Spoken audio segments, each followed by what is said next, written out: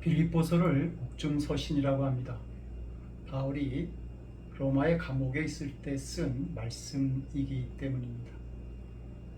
바울은 지금 자신의 생명이 앞으로 어찌 될지 모르는 상황에 있기도 했지만 편지를 쓰는 빌립보 역시 힘들었던 과거를 떠올리게 하는 장소였습니다.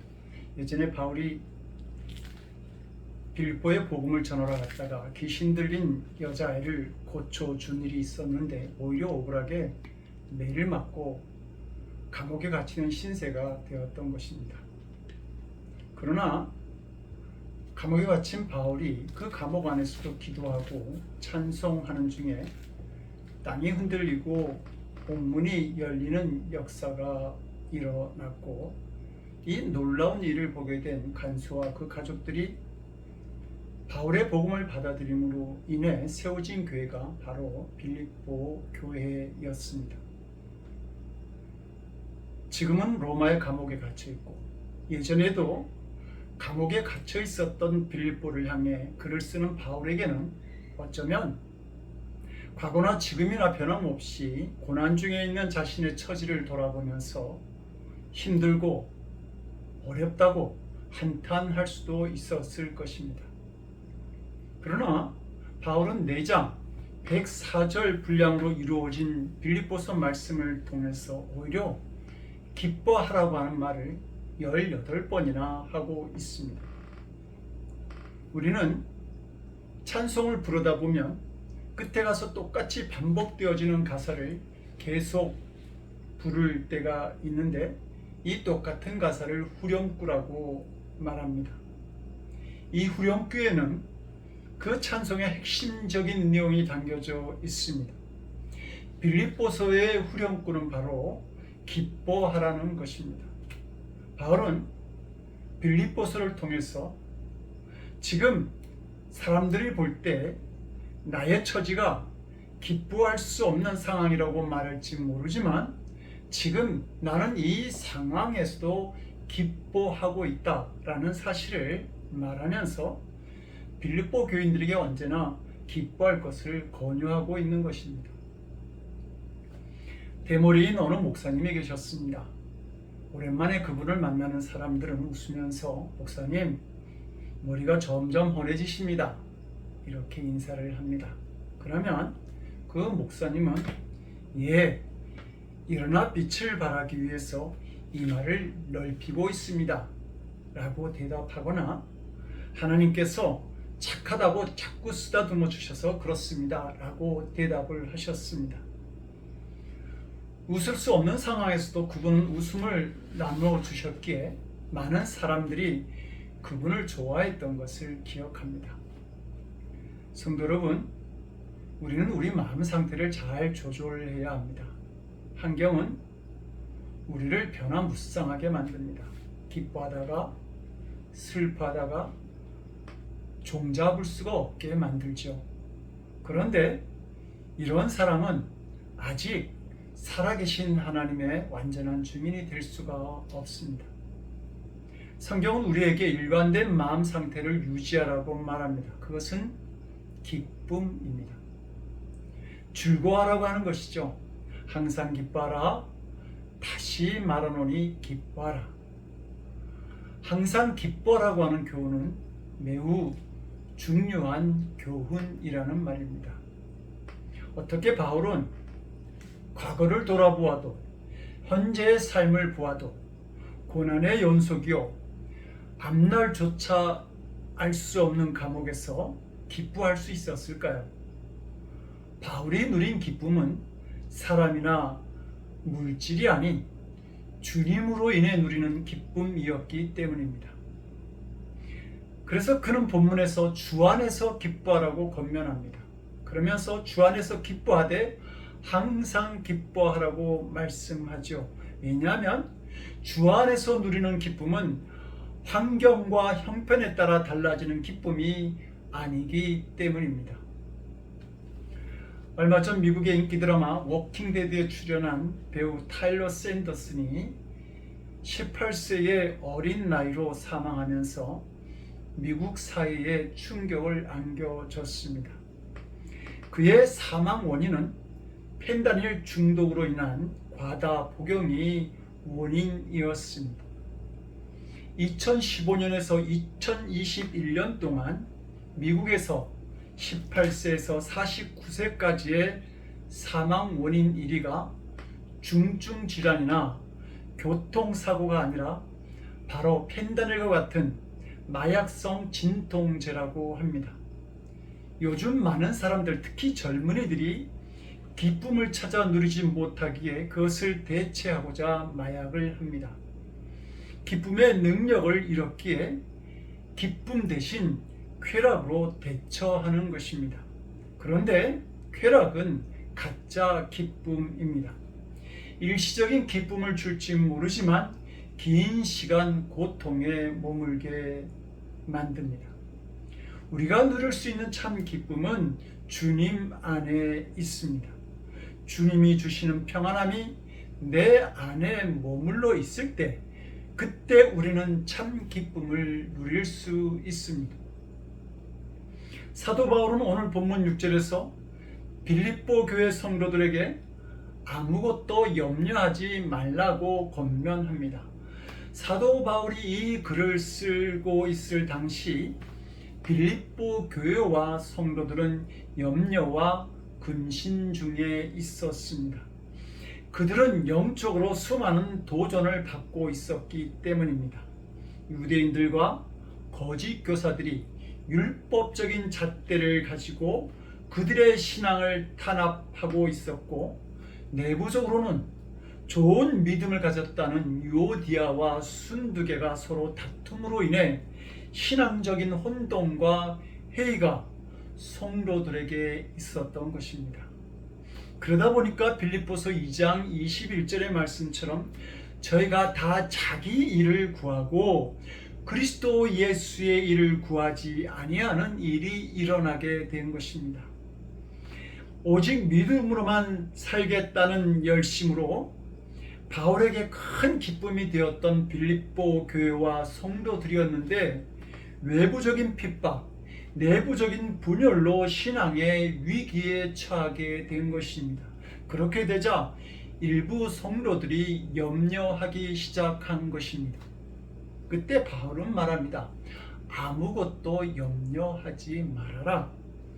여기에서 아무것도 염려하지 말라는 말은 염려를 중단하라는 말입니다. 지금 너희가 당면한 문제에 대하여 더 이상 염려하지 말라고 하는 말입니다. 한 건물의 입구에서 꽃을 파는 할머니가 있었습니다. 그녀는 얼굴에 주름이 많고 옷차림도 허름했습니다. 그러나 밝은 표정으로 주위 사람들을 즐겁게 해 주었습니다. 한 번은 건물의 주인이 할머니에게 물었습니다. 무슨 좋은 일이 있으시나 봐요. 표정이 항상 밝아 보입니다. 그러자 할머니가 대답했습니다. 제 걱정을 트럭에 담으면 아마 100대 분량도 더 될 것입니다. 부자가 다시 물었습니다.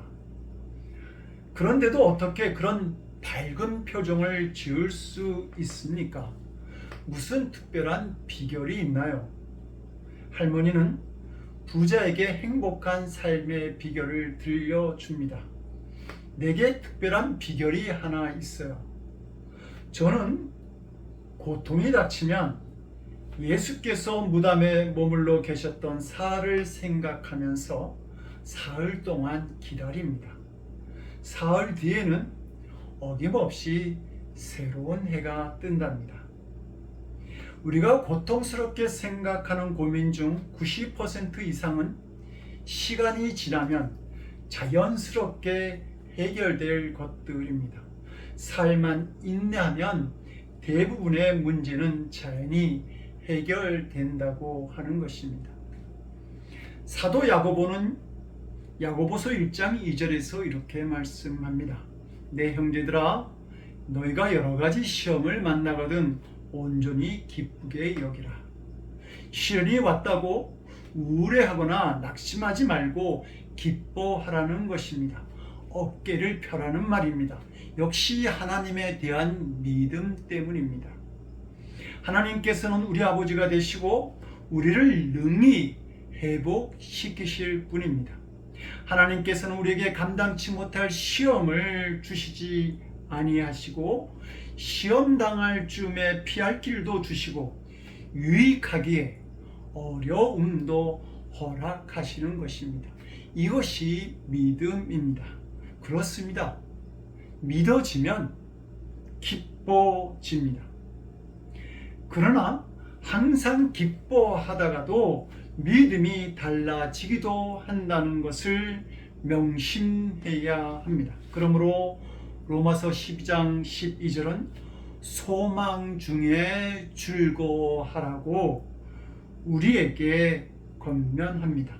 소망이 우리를 기쁘게 만든다는 말입니다. 주님 안에서 누리는 기쁨은 고난 속에서도 기뻐할 수 있지만 죽음 앞에서도 누리는 기쁨입니다.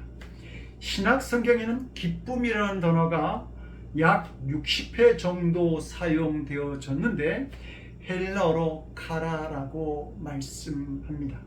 그런데 카라의 의미는 이 세상에 여전히 악이 존재하고 사람 속에는 고통이 있지만 주님이 다시 오실 것을 바라보며 기뻐한다는 뜻입니다. 그러므로 카라라는 기쁨은 다시 오실 주님께 소망을 둔 종말론적인 기쁨입니다. 성도가 누리는 기쁨은 죽음까지도 이기는 죽음의 문제조차 다 해결되어진 기쁨이라는 말입니다. 그래서 5절은 말하는 것이죠. 주께서 가까우시니라.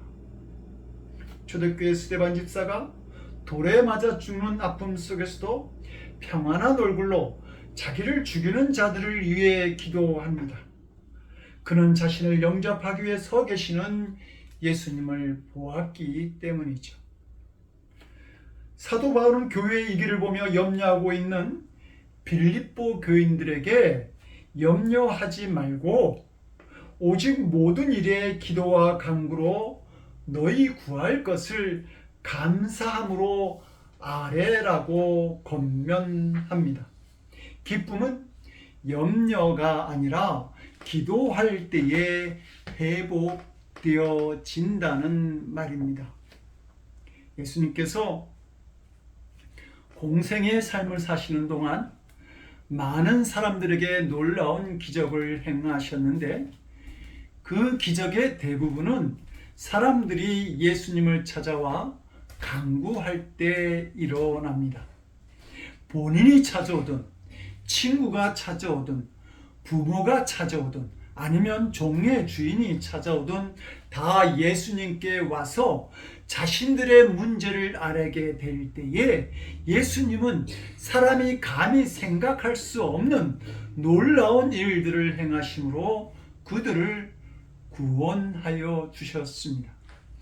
예수님은 제자들과 세상의 마지막 밤을 보내실 때에도 이런 약속을 주십니다. 지금까지는 너희가 내 이름으로 아무것도 구하지 아니하였으나 구하라. 그리하면 받으리니 너희 기쁨이 충만하리라. 우리는 기도를 통해서 기쁨을 얻게 됩니다. 응답받는 기도를 통해서 살아계신 하나님의 사랑을 경험하게 될 뿐만 아니라 주님과 나누는 교제의 풍성함을 누리게 되기 때문입니다. 그런데 성도 여러분, 어떤지요? 우리가 드리는 기도가 매번 기쁨의 열매로 찾아오는지요? 때로는 우리가 드리는 기도로 인해서 고통을 느끼거나 시험에 빠질 때가 있습니다. 정말 열심히 기도했는데 때로는 내가 버림받은 것처럼 우리의 기도가 전혀 응답이 없을 때가 있다는 말입니다. 그래서 예수님도 자신의 고통 앞에 침묵하시는 하나님을 바라보면서 그 십자가에서 아버지여 어찌하여 나를 버리셨냐고 탄식하셨던 것입니다. 수로보니게의 여인이 예수님을 찾아 자기 딸에게서 귀신 쫓아 주시기를 간구하게 됩니다. 그러자 예수님은 자녀들의 떡을 취하여 개들에게 줌이 옳지 않다, 이렇게 말씀하시죠. 예수님께 간구한 그 여인이 오히려 개와 같은 취급을 당하게 된 것입니다. 우리의 기도가 오히려 우리의 시험이 될 때가 있습니다. 그러므로 바울은 우리가 기도하되 감사함으로 아뢰라고 말씀하고 있습니다. 감사의 확신을 가지고 기도하라는 말입니다. 수로보니게 여인이 예수님의 말씀에 실망하지 않고 주여 올소이다마는 상 아래 개들도 아이들이 먹던 부스러기를 먹나이다 라고 대답함으로 인해 기도의 응답을 받은 것처럼 말입니다. 우리가 기쁨을 소유하기 위해 염려하지 않은 훈련이 소극적이라고 한다면 감사의 기도를 드리는 훈련은 적극적인 신앙의 자세라 말할 수 있습니다. 85세가 된 할머니 집사님이 계셨습니다. 곧 하나님을 뵙게 될 터인데 기도하면 자신이 지은 죄가 자꾸 생각이 나서 두려움이 마음에 가득했습니다. 이것을 아신 목사님이 묻습니다. 하나님께서는 할머니를 사랑하시는 줄로 믿습니까? 예, 믿습니다. 할머니의 죄를 누가 대신 지셨습니까? 예수님이요.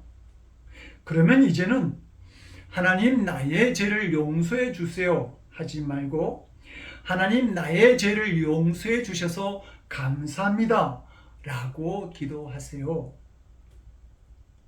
자신의 죄를 돌아보는 회개의 기도에도 용서의 확신을 가지고 감사할 때에 기쁨이 찾아오게 되는 것입니다. 성도 여러분, 구원은 죽어서만 얻는 것이 아니라 예수님을 믿으면 믿는 즉시 구원을 얻습니다. 오늘 이 자리에서 예배드리는 우리 모두도 다 믿음을 가지고 계시는 줄로 압니다. 그러니 죽어서 천국 가는 것은 물론이고 이 땅에서도 얼마든지 천국의 삶, 항상 기뻐하고 감사한 구원의 삶을 살 수 있습니다. 제가 이렇게 얘기하면 우리 형편을 잘 몰라서 하는 말씀이라고 하실지 모르겠습니다. 경제적으로 어려워졌고 마음이 상하는 일도 한두 가지가 아니고 건강도 좋지 않다고 말입니다. 그러나 구원의 삶은 그와 같은 문제가 해결된 후에야 비로소 시작되는 것이 아닙니다. 구원의 삶은 그것과는 상관없이 예수님을 믿는 믿음으로 언제 어디서나 시작되어집니다. 여러분들이 모든 것을 다 잃었다고 하여도 믿음을 잃지 않았다고 한다면 죽은 후에가 아니라 지금 당장 얼마든지 구원을 얻을 수 있습니다. 얼마든지 구원받은 자의 복된 삶을 살 수 있다는 말입니다. 그동안 우리가 너무 쉽게 사탄에게 속아서 살아오지 않았습니까? 세상의 것을 잃으면 믿음으로 얻은 것까지 다 잃어버리고 살지는 않았는지요? 엄청난 축복을 받아놓고 보잘것없는 복 몇 가지를 잃어버렸다고 오만상을 다 찌푸리고 한숨만 쉬면서 자신이 세상에서 가장 불쌍하고 불행한 사람인 것처럼 착각하면서 살지는 않았는지요? 그러지 말라고 하는 이야기입니다. 성도 여러분들에게 기뻐할 일과 감사할 일이 생기면 그것을 먼저 기뻐하시고 감사하시기 바랍니다. 여러분들은 소쿠리에 체리가 있으면 어떤 것부터 먹습니까? 체리 한 소쿠리를 놓고 먹을 때 좋은 것을 먼저 먹고 좋지 못한 것을 나중에 먹는 사람이 있는가 하면, 어떤 사람은 좋지 못한 것을 먼저 먹고 좋은 것을 나중에 먹는 분들이 있습니다. 여러분은 어느 것이 더 좋은 방법이라고 생각하시는지요? 전자가 더 좋은 방법입니다. 좋지 못한 체리를 먼저 먹으면 한계 허용 체감의 법칙에 의하여 나중에 좋은 체리를 먹을 때도 좋은 체리 맛만큼 그 맛을 느끼지 못하게 됩니다. 어느 정도 차이는 있지만 누구에게나 좋은 체리도 있고 좋지 못한 체리도 있습니다. 그런데 좋은 체리를 먼저 찾아보셔야 합니다. 여러분에게는 예수님의 십자가를 값으로 주고 산 체리가 있다는 사실을 아셔야만 합니다. 그것을 찾아 먼저 드십시오. 그리고 그것을 즐기시기 바랍니다. 살다 보면 힘든 때도 있고 슬픈 때도 있습니다. 괴로운 때도 있고 사람이 미울 때도 있는 것이죠. 그러나 그것은 나중에 하십시오. 먼저 기뻐하고 먼저 감사하고 먼저 사랑하시면서 그리스도인의 관용을 나타내시기 바랍니다. 그러면 세상이 흔들 수 없는 기쁨이 여러분들을 지켜줄 것입니다. 미국 제9대 대통령으로 윌리엄 헨리 해리슨 대통령이 있었습니다. 해리슨은 시골에서 태어나 자란 순진한 어린아이였습니다. 아이들이 너는 계집아이 같아 라고 놀리지만 웃기만 할 뿐 달려들지 않았습니다. 그래서 해리슨은 동네 아이들에게 자주 놀림을 당합니다. 어른들도 해리슨을 바보 같은 아이로 생각하고 놀리기도 했습니다. 하루는 어른 한 분이 해리슨에게 5센트인 니켈과 10센트인 다임을 보이면서 말했습니다. 얘야, 이 두 개의 돈 중 너에게 하나만 가지라고 한다면 너는 어느 쪽을 갖겠니? 이때 해리슨은 서슴없이 니켈을 갖겠어요 라고 대답합니다. 옆에 서 있던 어른들과 아이들이 까르르 웃었습니다. 아이들은 해리슨을 바보라고 놀립니다. 다음날 동네 아이들이 몰려와 어제와 똑같이 니켈과 다임을 보이면서 말합니다. 어느 쪽을 택하겠니? 니켈. 아이들이 또 한바탕 크게 웃습니다. 이 광경을 본 어느 부인이 해리슨에게 말합니다. 얘야, 너는 왜 다임을 고르지 않고 니켈을 골랐니? 다임은 작지만 니켈보다 값이 더 많은 거야. 나도 알아요. 그런데 왜 그랬니? 나를 놀리기 위해서 다른 아이들이 내가 니켈을 고르기 원하고 있는데 내가 다임을 고르면 그들이 얼마나 무안하고 실없는 사람이 되겠어요. 웃고 싶은 그들에게 웃음을 주기 위해 니켈을 고른 거예요. 바보같이 보일지 모르지만 놀림 속에서도 먼저 사랑함으로 그리스도인의 관용을 나타낸 이 해리슨은 나중에 미국의 대통령이 됩니다. 사랑하는 성도 여러분, 데살로니가전서 5장 16절에서 18절은 이렇게 말하고 있습니다. 항상 기뻐하라, 쉬지 말고 기도하라, 범사에 감사하라.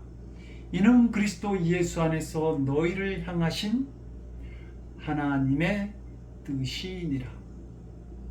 기뻐하십시오. 우리의 감정까지도 주님의 말씀에 순종하면서 주 안에서 항상 기뻐하십시오. 기뻐하는 삶, 이것은 우리를 향하신 하나님의 뜻입니다. 기도하시겠습니다. 좋으신 하나님, 사람들은 이 세상을 괴로움받아 고해와 같다고 말합니다.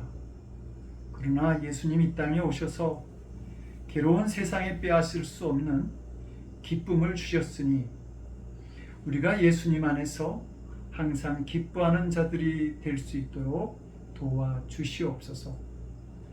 어렵고 힘든 세상보다는 나를 구원하신 주님의 은혜를 언제나 먼저 바라보는 저희들 에게 주여 우리와 함께하여 주시옵소서. 예수님의 이름으로 기도드립니다. 아멘.